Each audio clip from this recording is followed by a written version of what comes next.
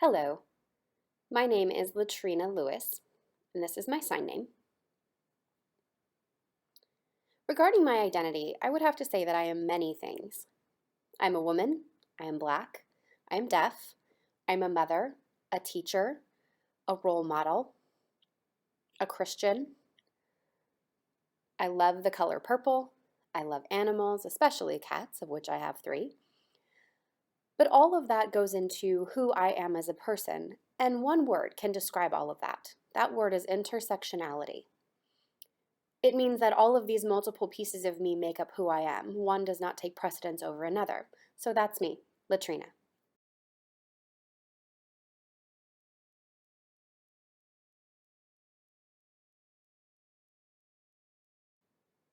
Hello again.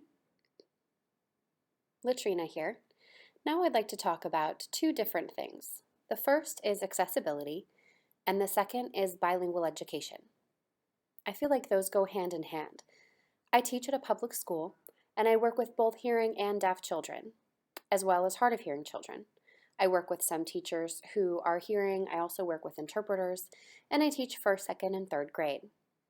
I'm responsible for IEPs for the kids in my room, and as a teacher, I have a lot of responsibilities. Of course, we emphasize reading and writing, as well as math and science and American Sign Language. Bilingual education is critical.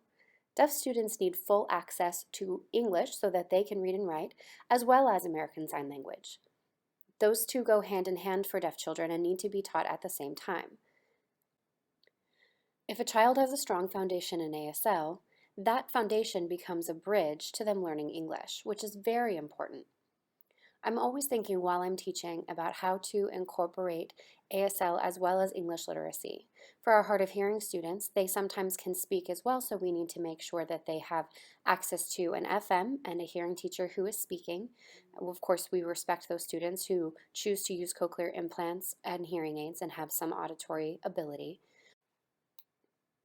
Sign language in the classroom is also helpful for hearing students. They may miss what is spoken, and so they can see it in ASL instead, and it also helps to keep our students focused. I teach very young students who are 1st, 2nd, and 3rd graders, so having access to both auditory and signed information can be very beneficial for them. Regarding accessibility, it is important for me to have certified and licensed interpreters. As a deaf adult, my interpreter has to be qualified to work in my particular work environment, which means interpreting for children, young adults, and adults as well. I do need to work with parents, also work with administrators at that level, and so the interpreter needs to be able to work with all types of people. When I go into a meeting, I may be working with speech and language pathologists, occupational therapists, physical therapists, and a variety of other specialists. In an IEP meeting, there are a lot of professionals involved, myself included. That interpreter must be equally professional, and in our state that means licensed. That can be very challenging because in an educational setting at a public school, there's a lot of discussion about who provides the interpreter. Should it be the district providing a certified interpreter, or should it come from federal funding? There was one interpreter who was certified and licensed who was also working with an educational interpreter. The educational interpreter only had the credentials to work with children on an IEP, and the licensed interpreter didn't have that. After some time, we realized that it was critical to have 2 licensed interpreters. I had to fight a little bit and provide some documentation and evidence, but after some time I was given 2 licensed interpreters because I was able to demonstrate that that would provide effective communication. Really, it just took some sharing of knowledge between the deaf and the hearing people involved.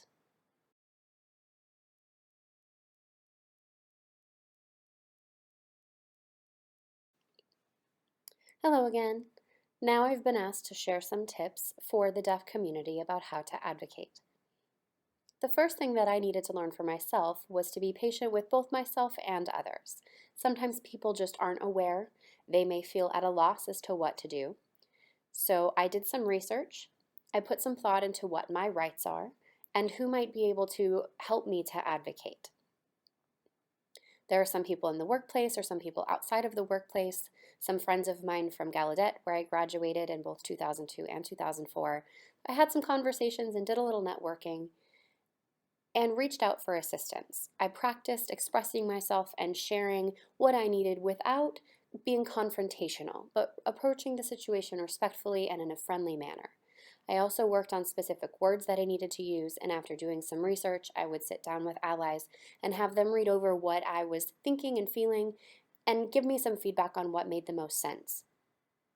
After a lot of conversation and discussion, now when I'm going into a meeting to tell people what I need for effective communication, I will work with an interpreter or an advocate, an educator, or something like that to prepare some statements that I can have in a written form ready to go.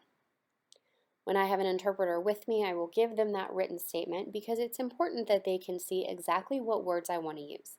Some interpreters don't have a background in education or bilingual education. They may not be familiar with an IEP, so I have that kind of information prepared for them. I follow that as precisely as I can, and then I'm able to communicate in my language, which is ASL, and the interpreter can match my intent because they have that written information. Of course, I give folks a little bit of time to digest the information that I've shared. I don't want to inundate them or overwhelm them. I'll usually stick to 3 key points. I don't want anyone involved to take the lion's share of the work. I want to meet them halfway, and I want them to meet me halfway. I'll give them a little follow-up call, maybe a week or two afterwards, and make sure that they don't need anything from me. I'll offer to help them create a solution and meet again if necessary. I want to keep communication open. Again, it takes patience. Sometimes the folks we're dealing with don't know what to do. They may have more questions for me or need clarification, and I'm ready to provide that. If I'm not sure what the answer is, I will do some research and find that for them. Be patient and give it time. Come to a consensus and try to create a relationship of mutual respect with the organization you're working with.